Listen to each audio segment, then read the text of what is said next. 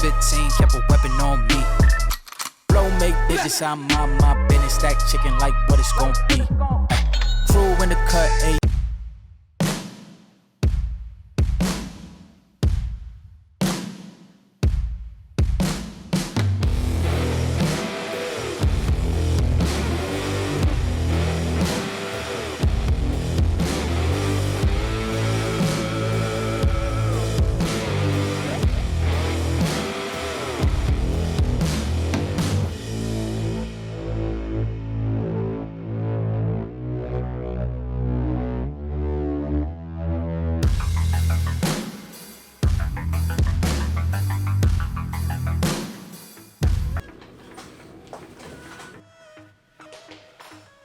Hi guys, it's Chuck Cadis here. I'm an ex-American record swimmer turned roboteur. I build robots basically. They're small, but you get the point. To me, the things I love are all the same. Magic, swimming, and technology. They all require the same level of focused and dedicated practice. And they also all create that moment of astonishment. It's that second where you forget about your job and your appointments and your stresses. But without getting too over the top, my message here is clear. I want to fill a void of wisdom and training between the average Joe and the professional athlete, and see how athletes are influenced by technology and art around us. I know there's a gap between the average Joe and the professional athlete, but there's no reason why that gap can't be mitigated or minimized using the information that's readily available to athletes around the world. Anyway, for the first episode, we'll be dabbling in the inspiration realm. What type of inspiration can we take from various realms outside of training to apply to our training? So we're gonna look at spies. I mean, who doesn't want to be like Daniel Craig or one of his female companions? So I figured a trip to the Spy Museum right here in the midst of our nation's capital would be the perfect source of inspiration. And it's open during COVID in these crazy times, so we really were looking forward to figuring out how we could apply the inspiration there to our training on a daily basis. I thought it'd be amazing. I was wrong. But before I ruin it, let's take a look at some video I put together summarizing that day.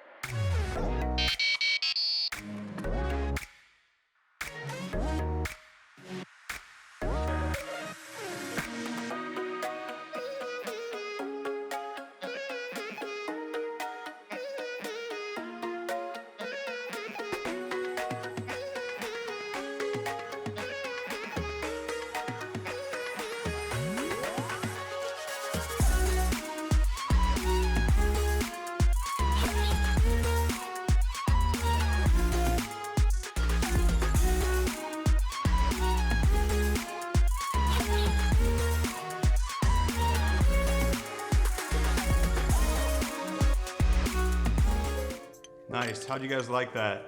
I'm testing out a new camera and a stabilizer, so definitely have some progress to make. But how cool was that? The one 360-degree room, or I don't know how many degrees that is. How cool, and that car and the hair was sort of gross. But all of those items individually were used to conceal microfilm, but it's pretty incredible when you think about what spies are willing to do to push the boundaries there. So here we go, I'll say it. The museum was a massive disappointment. Not because they didn't have incredible artifacts from the world of spies, but because they had nothing about training. There was not one single placard about how spies train or how they're prepared for their missions. They even had Jester's laptop, which was pretty incredible. And they had plenty on cybersecurity and Stuxnet and RSA security and some of the most notorious hacks in history, but they had nothing about training. So without further ado, we're gonna go to the first point of inspiration.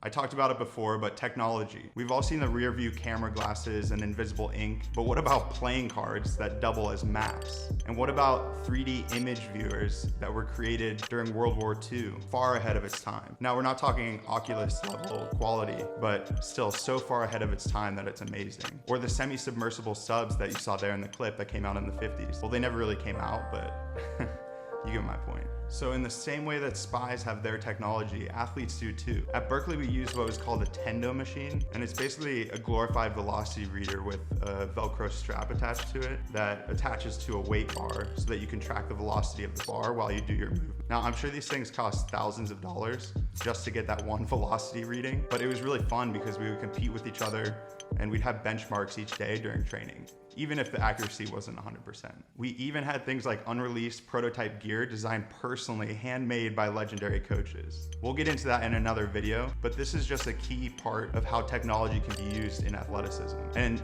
just like a spy uses it, athletes use technology with a very specific purpose.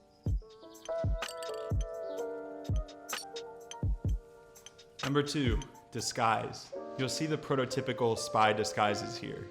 It just barely didn't make it to the B-roll. But perhaps the most famous designer of disguise, Antonio Mendez, once said, "Intelligence is only as good as the consumer's ability to believe and utilize it." The trick is that you have to believe the lie and believe it so much that the lie becomes the truth. This could probably apply to everything from entrepreneurship to magic, but most importantly, training. At Berkeley, we were always told to walk big on our way to the starting blocks. There was actually a story told to us by the now deceased and amazing MLB pitching psychological coach, Ken Revisa. He could make for an entire video too, but he recalled working with a few of the world's greatest surgeons, and as they would walk down from their lockers to the surgery room, they would get big. It's not a sexual innuendo, but what it means is that as you walk, you grow bigger in stature with your posture. You have crisp, clean uniforms. Maybe you blast your favorite music. These are all things that athletes do. We could really apply to our daily lives. Okay, it's way too hot for this. Okay, number 3, codes. Of course, spies need ways to communicate that are untraceable, but do athletes? I would say yes. We've probably seen and heard of the various ciphers and machines that write or reverse engineer codes. In the modern day, now we've been elevated to RSA, a system that should be unbreakable in practice. Athletes have codes too. You'll see this all the time in the MLB with the various hand signals, but in a deeper sense, athletes have a way of communicating to each other in nonverbal ways that aren't completely understood by science. We also have slang and inside jokes, but what I'm getting at here is the subverbal. Is that a word? These are the ways athletes seem to know what's going to happen before it does. Maybe a combination of body awareness and recognition of other players' poses, crafted from hours of dedicated practice with the same team members. We should all adopt codes to our training life. And here's what I mean by this. It could be as simple as recording an emoji after each workout you complete.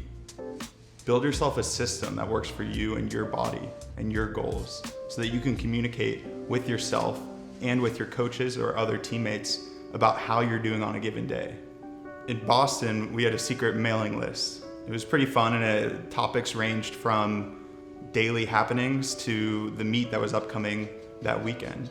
So I additionally felt like our crew at Berkeley performed better when we had some type of inside joke or collective feeling we could rally behind. Most of these messages are transported non-verbally or through team-only secure channels. Maybe that's between the coach and the athlete or athlete to athlete. If nothing else, it makes you feel cool and it bonds you with another human being, and I think that's where true power rests. Right now, I'm actually using a combination of the app Training Peaks, Zwift, and BODbox as I train for a triathlon. So this is just one example of a system that allows the emulation of something greater with very simple tools. Number 4, everyday objects. Magicians, we use playing cards. Spies use toothpaste, wigs, dental floss. I'm still grossed out by that wig, and I'm surprised they haven't updated or maintained it at all. But everyday objects help keep things fluid. One example of this is a tennis ball to roll out on after workout. For those who don't know, this just releases some of the myofascial muscle tissue that rests on the upper part of your muscle fibers. I might have gotten that wrong, but it's something along those lines, and it helps you to feel better and perform at a higher level. But the whole point here is to keep things simple. This one's a stretch, but bear with me. We're gonna talk about the car. Look good, feel good is a psychological approach before big events or big games. Generally, the weekend before our national championships at Berkeley, the coaching staff would suggest we treat ourselves with something that we wanted, whether it's a small gift or something larger. It psychologically boosts your esteem, and while it's just a material object, it can start to represent how well prepared and put together you are. We're not all above the material. At least not yet. Well, that wraps up our first video, guys. Thank you for sticking with me. Please subscribe and like as we kick off this human performance channel. We'll be hanging with athletes, debating training topics, and maybe even dropping in some magic. Until then, keep your training free.